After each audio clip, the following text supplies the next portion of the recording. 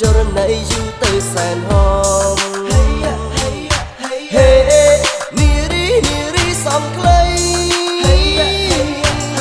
បងសរសើរថ្លៃសូមងាកឲ្យចំឲ្យបងសុំស្គាល់មុំសុំលេងនៅក្បែរផងហើយអ្វីក៏លួចញញឹមតែពីក្រោយខ្នងហេនារីសំខ្លីសំខ្លី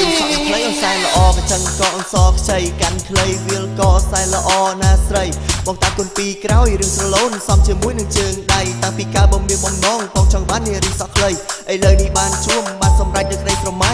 ស្រីចំមុំស្រួយខ្ពល់ខួយមរៀមដោយបាឡាក្រូចបងលួចតែមើលអូនក្នុងចិត្តចង់តែលួចយកបេះដូងយកមកធ្នមយកមកថែសុំនៅចិត្តសុំនៅក្បែរអូនស្ពាំងសំរុំអូនសំនារីខ្មែរពេលស្ពាំងសិញស៊ីវិល័យមិនចាញ់គេនាងស្នេហ៍តែគៀងសាយជាកែមក្ររួមរៀងក៏សំនឹងបងយូរទៅបានជួបមានជំនួបជាមួយនឹងស្រីបងចង់ប្រាប់ថាប៉ែតតីបងចង់ប្រាប់ថាមាននិស្ស័យជួបយប់ជួបថ្ងៃបងចង់ប្រាប់ថាបងស្រឡាញ់នារីដែលមានសក់ខ្លីហេនារីសក់ខ្លីគួយគុណចរណៃយូរទៅសែនហមហេនារីសំខ្លីបងសរសើរថ្លៃសូមងាកឲ្យចំឲ្យបងសុំស្គាល់មុំសុំលេងនៅក្បែរផងហើយអ្វីក៏លួចញញឹមតែពីក្រោយខ្នងហេនារីសំខ្លីនារីសំខ្លីគួរឲ្យប៉ែតតីធ្វើឲ្យបងចាប់ចិត្តចាប់អារម្មណ៍ស្រីតាំងពីដើមចូលចិត្តតែអ្នកសងវែងនៅពេលដែលបងជួបអូនបងនេះគិតផ្សេងចង់វងវែងដូចមកមីកំពុងតែលេងភ្លើងទីបំផុតលំស្នេហ៍នារីសងយើងដំណើរទ្រូងពើងជើងឡើងមន់ខៃអូនស្លៀកពាំងហំហួនស្ងួនស៊ីវិល័យពេលសំដីគេនិយាយមាននិស្ស័យទៅស្គាល់បងគ្រាន់តែចង់និយាយតែមិនហ៊ានប៉ាំងពាល់ហេ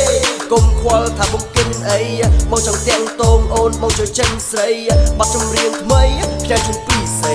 ជាពិសេសកំណាប់លេងពាក្យសំដីសងវែងសងខ្លីបងថាមិនថ្មីទេបងថាមិនថ្មីទេបងថាមិនថ្មីទេហេនារីសក់ខ្លីគួយគុណចរណៃយូរទៅសែនហមហេនារីសំខ្លីបងសរសើរថ្លៃសូមងាកឲ្យចំឲ្យបងសុំស្គាល់មុំសុំលេងនៅក្បែរផងហើយអ្វីក៏លួចញញឹមតែពីក្រោយខ្នងហេនារីសំខ្លី